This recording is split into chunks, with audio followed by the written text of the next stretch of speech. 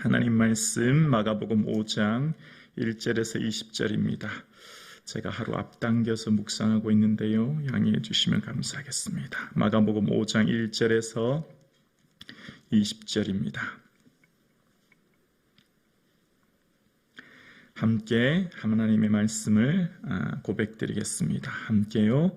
예수께서 바다 건너편 고라사인의 지방에 이르러 배에서 나오심에 곧 더러운 귀신 들린 사람이 무덤 사이에서 나와 예수를 만나니라. 그 사람은 무덤 사이에 거처하는데 이제는 아무도 그를 쇠사슬로도 매일 수 없게 되었으니 이는 여러 번 고랑과 쇠사슬에 매였음에도 쇠사슬을 끊고 고랑을 깨뜨렸음일러라. 그리하여 아무도 그를 제어할 힘이 없는지라. 밤낮 무덤 사이에서나 산에서나 늘 소리 지르며 돌로 자기 몸을 해치고 있었더라. 그가 멀리서 예수를 보고 달려와 절하며 큰 소리로 부르짖어 이르되 지극히 높으신 하나님의 아들 예수여, 나와 당신이 무슨 상관이 있나이까? 원하건대 하나님 앞에 맹세하고 나를 괴롭히지 마옵소서 하니, 이는 예수께서 이미 그에게 이르시기를 더러운 귀신아 그 사람에게서 나오라 하셨습니다. 이에 물으시되 내 이름이 무엇이냐? 이르되 내 이름은 군대니 우리가 많음이니이다 하고 자기를 그 지방에서 보내시 마시기를 간구하더니 마침 거기 돼지의 큰 떼가 산 곁에서 먹고 있는지라. 이에 간구하여 이르되 우리를 돼지에게로 보내어 들어가게 하소서 하니 허락하신대 더러운 귀신들이 나와서 돼지에게로 들어가매 거의 2,000마리가 되는 떼가 바다를 향하여 비탈로 내달아 바다에서 몰사하거늘 치던 자들이 도망하여 읍내와 여러 마을에 말하니 사람들이 어떻게 되었는지를 보러 와서 예수께 이르러 그 귀신 들렸던 자 곧 군대 귀신 집혔던 자가 옷을 입고 정신이 온전하여 앉은 것을 보고 두려워하더라. 이에 귀신 들렸던 자가 당한 것과 돼지의 일을 본 자들이 그들에게 알림해 그들이 예수께 그 지방에서 떠나시기를 간구하더라. 예수께서 배에 오르실 때에 귀신 들렸던 사람이 함께 있기를 간구하였으나 허락하지 아니하시고 그에게 이르시되 집으로 돌아가 주께서 내게 어떻게 큰 일을 행하사 너를 불쌍히 여기신 것을 내 가족에게 알리라 하시니 그가 가서 예수께서 자기에게 어떻게 큰 일 행하셨는지를 데가볼리에 전파하니 모든 사람이 놀랍게 여기더라. 아멘. 오늘 본문의 내용은 귀신 들린 사람에 대한 이야기입니다. 매우 비현실적입니다. 매우 비이성적이고 비합리적인 이야기입니다. 많은 사람들이 성경을 읽을 때에 이런 귀신 들린 이야기, 물로 포도주가 된 이야기, 죽은 나사로가 살아났다는 이야기에 대해서 더 이상 믿지 못하는 사람들이 있음을 봅니다. 예수님의 좋은 말씀, 설교 말씀에 대해서는 공감하고 받아들이지만 이처럼 비현실적인 내용에서는 그만 그 자리에서 멈추고 마는 것을 보게 되어집니다.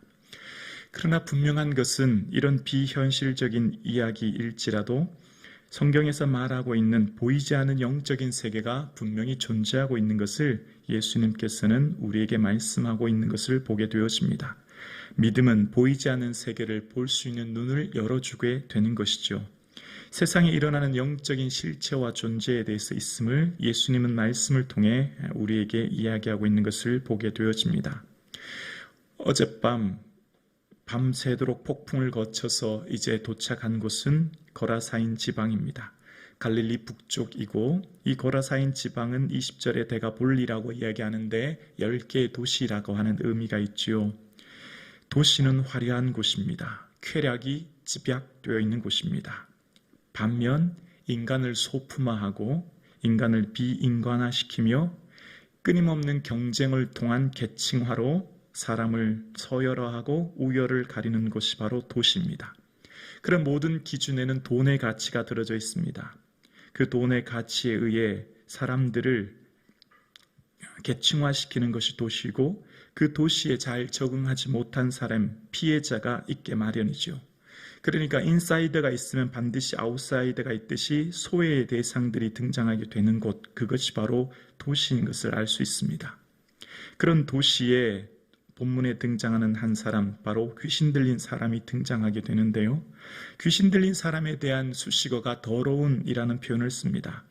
그러니까 지금 이 거라사 지방에 주로 많은 사람들이 돼지를 치는데 레위기 11장에 부정한, 그러니까 되새김질하지 않고 굽이 갈라지지 않은 것은 다 부정하다고 하지 않습니까? 그러니까 돼지는 곧 부정한 것이 동물이고 유대인들이 볼 때요.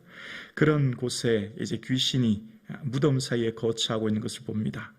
귀신은 더러운 곳에 거한다고 하는 것을 이야기합니다. 성령님은 거룩한 영이시죠. 성령님은 우리를 통해서 회개케 하시고 거룩하게 하심으로 끊임없이 성령 안에 주시는 평강을 누리게 하지만, 반면 귀신은 더러운 곳으로, 즉 더러운 생각을 통해, 음란을 통해, 타락을 생각을 통해 세상 쾌락을 쫓게 하는 것을 보게 되어집니다. 그러한 더러운 곳에 귀신 들린 사람이 바로 거처하는 곳이 무덤이었고, 어떤 쇠사슬로도 그를 결박할 수 없었다라고 얘기하므로 비이성적인 파괴적인 괴력을 가졌다는 것을 이야기합니다. 파괴적인 괴성을 가졌고 밤낮 소리 지르는 그는 일반적이지 않은, 즉 정상의 범위에서 넘어서는 비인간화된 모습을 이야기합니다. 이런 사람의 모습은 단절과 고립 가운데 있음을 보게 되었습니다. 단절과 고립뿐만 아니라 그는 자기 몸을 해치고 돌로 해쳤다라고 하는 5절의 표현 속에 스스로를 파괴하는 모습을 보게 되어집니다. 하나님의 형상대로 지음받은 사람, 가장 존귀한 존재가 사람이고, 그런 존엄한 가치가 있는 우리 스스로를 귀신은 스스로를 파괴합니다. 귀신의 특징은 너는 더 이상 살 필요가 없어, 너 같은 존재는 이 땅에 무의미해 라고 만든다는 것이죠. 그러니까 성령께서는 우리 한 사람 한 사람을 존귀한 사람으로 인정하게 하시고, 우리가 얼마나 하나님 앞에 보배롭고 존귀한 존재인지를 깨닫게 하지만, 귀신은 우리 스스로를 파괴하고 자멸하게 하고 스스로를 통제 불가능하게 만들어 내가 왜 이러지? 내가 왜 이런 상태로 가지라고 스스로 알지만 제어하지 못하는 상태로 머물게 하는 것, 그것이 바로 귀신이 하는 것이라고 하는 것이지요. 그래서 귀신은 끊임없이 우리에게 자유를 빼앗아갑니다. 성령님께서 임하시면 나타나는 특징이 바로 자유 아닙니까? 그러니까 지금 오늘 본문에 등장했던 이 사람에 대해서 귀신 들린이라는 표현 속에 그 배후 조종하는 것, 그러니까 종노릇 사람이 종살이하게 되었고 그 종살이하고 있는 억압의 대상이 귀신이었다고 하는 것을 이야기하고 있습니다. 성령님은 우리를 자유케 합니다. 진리를 알지니 진리가 너희를 자유케 하리라 말씀하신 것처럼 성령님께서 임하시는 곳에서는 언제나 자유와 기쁨과 평안이 있지요. 그러나 귀신은 우리를 끊임없이 억압합니다. 우리 민간신앙에서도 보면 무슨 이사할 때도 손 없는 날을 찾지 않습니까? 못에 벽에 못 하나 박지 못했지 않습니까? 옛날 어르신들 보면 눈에 다래끼가 난다거나 하나요? 무슨 화장실 귀신, 부엌 귀신이 다 있지 않았습니까? 그러나 우리의 믿음은, 성령님은 우리를 자유하게 합니다. 어떤 곳에서도 우리를 자유할 수 있는 삶을 살아가게 하죠. 세상의 모든 눌림과 억압의 대상 안에 살아가는 종살이하는 존재로 인간을 비인격하고 전락시키는 것이죠. 그런 귀신은 예수님이 어떤 분인지 단방에 알아봅니다. 바로 지극히 높으신 하나님의 아들 예수님이라고 할 정도로 예수님에 대해서 알아보는 존재였습니다. 그리고 나를 괴롭게 하지 마옵소서라고 이야기합니다.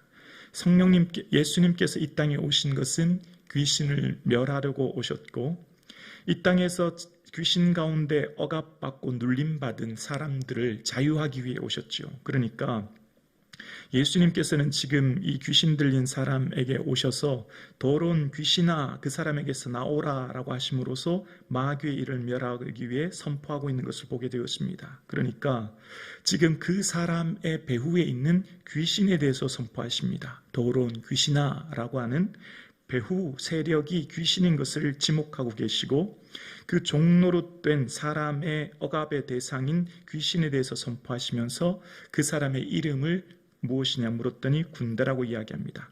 그러니까 지금 이 사람의 원래 이름이 있었을 것 아닙니까? 그런데 그 사람의 이름이 등장하지 않습니다. 이름은 정체성을 얘기하지 않습니까?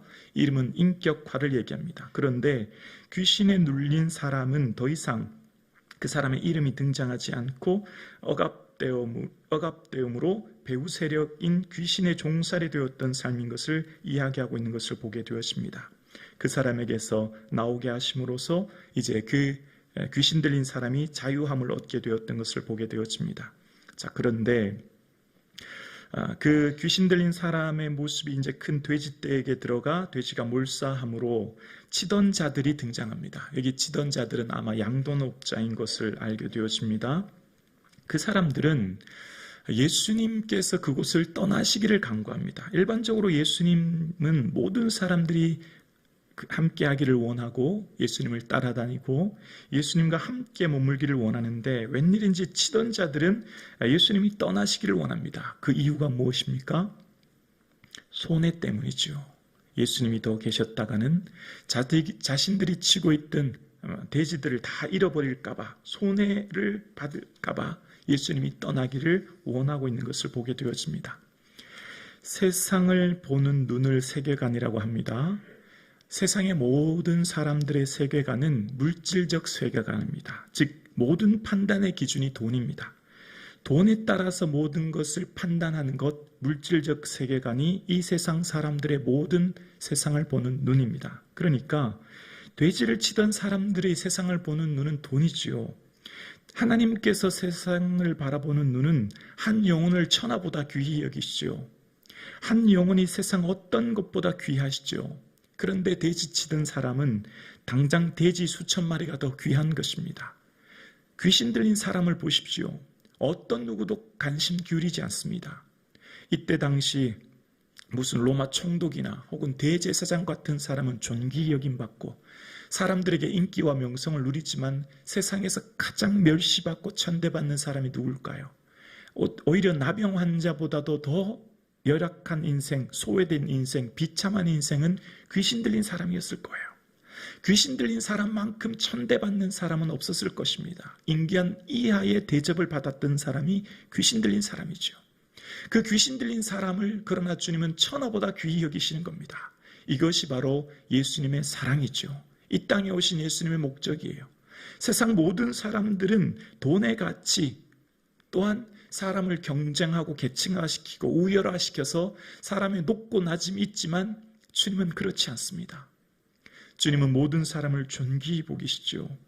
그래서 오늘 본문에 예수님께서는 그 귀신 들린 사람을 자유하게 하신 뒤에 19절 이하에 보면 집으로 돌아가 주께서 내게 어떻게 큰 일을 행하사 너를 불쌍히 여기신 것을 내 가족에게 알리라 말씀하십니다.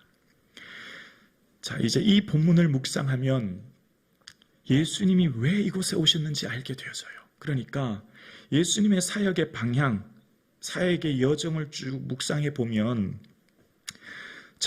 지난 시간 저물 때 그 갈릴리 호수, 폭풍이 있는 갈릴리 호수를 왜 오셨는지를 이제 알게 되었습니다. 예수님의 사역에 이끄시는 여정의 그 핵심에는 바로 불쌍히 여기는 마음이 있었던 거예요. 예수님께서 이 거라사인 지방까지 온 중요한 이유는 왜 이곳에 오셨을까요? 바로 귀신 들린 사람을 고치고 자유하기 위해 오신 거예요.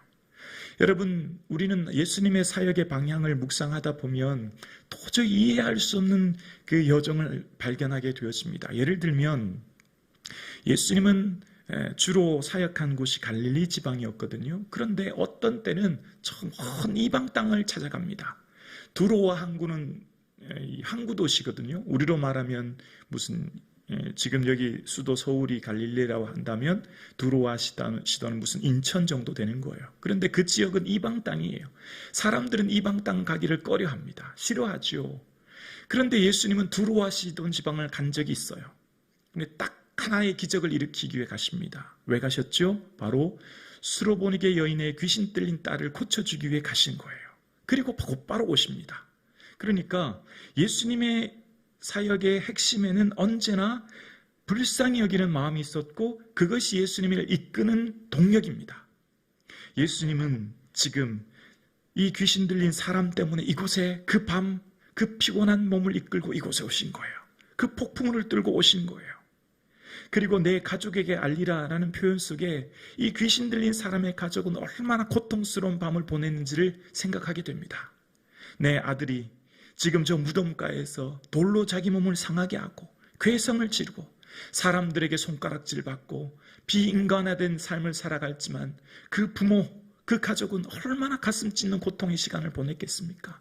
그러니까 지금 이 거라사인 지방에 올 수밖에 없었던 예수님의 동력은 바로 그 가족의 눈물이었던 걸 알게 되어지죠.